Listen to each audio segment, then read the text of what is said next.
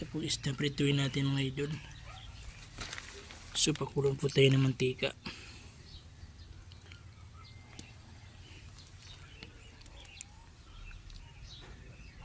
So mamaya medyo tabayan yung mga idol. Ayun natin pritong bangus mga lods. Ayun na. Nag-ibuwas yung mga idol. Ayun yung mga lods. Malapit kumuluto ang ating pinipritong bangus. Ayun na.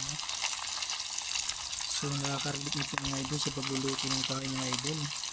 So ito na po. Ito na po ang kinakatakutan ng ating mga sambayanang Pilipino dahil nagmahal ang gas ng gasolog sa school mga idol, 1.5. So kailangan gumamit natin ng kahoy. Ayan.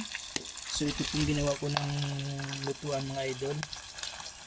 Ginawa po ako ng lutuan para in case pag wala natin gas, ito na po. Ito na nga ang nangyayari mga idol. Ito na ang aking lutuan ngayon. So nagprito tayo isda mga lods. So hanggang dito na mga lods. Bye bye. Ayan mga idol. Nagkahoy tayo. Mahal ngayon ng mga idol. Mahal yung gas. 1.5 ang isang gas mga idol. So kahoy muna tayo mga idol. Dito po sa likod namin ito mga idol. Ayan mga lods. Mga kababayan. So mas maganda pa itong kahoy mga idol.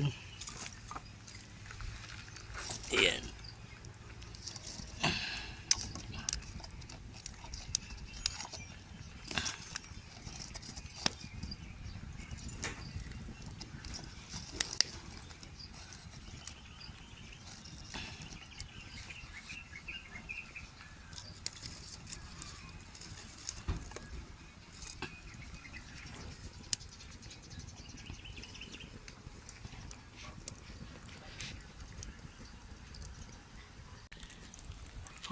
So hanggang dito na yung video mga idol. Salamat sa inyong support mga lods.